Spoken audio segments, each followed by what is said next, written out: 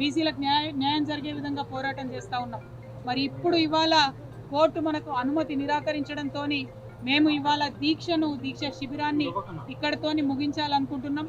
కానీ ఒక్కటి గుర్తుపెట్టుకోవాలి, ప్రభుత్వం ఎప్పుడైనా ఏదన్నా సందర్భం వచ్చి సింహం ఒక అడుగు వెనక్కేసిందంటే ఆలోచించి 10 అడుగులు ముందుకు వేస్తారు, వెనకడుగు కాదు.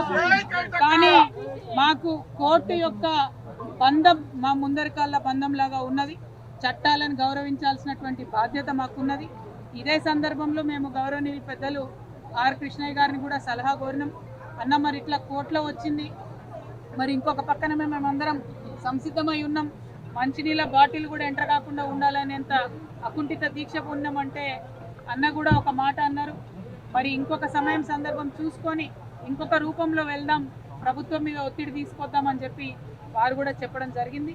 మరి అందుకోసమనే ఇవాళ దీక్షా శిబిరాన్ని ఇక్కడితోని మేము ముగించదలుచుకున్నాం. పోరాటం మాత్రం అనేక రూపాల్లో ముందుకెళ్తుంది.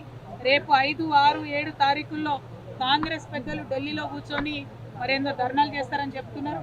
మేము మళ్ళీ మా డిమాండ్ని తెలియజేస్తూ ఉన్నాం. మీరు ధర్నాలు చేస్తే ఏమీ కూడా వచ్చేది లేదు, మీ ఊకదంపుడు ఉపన్యాసాలతో ఏమి కూడా సాధించేది లేదు.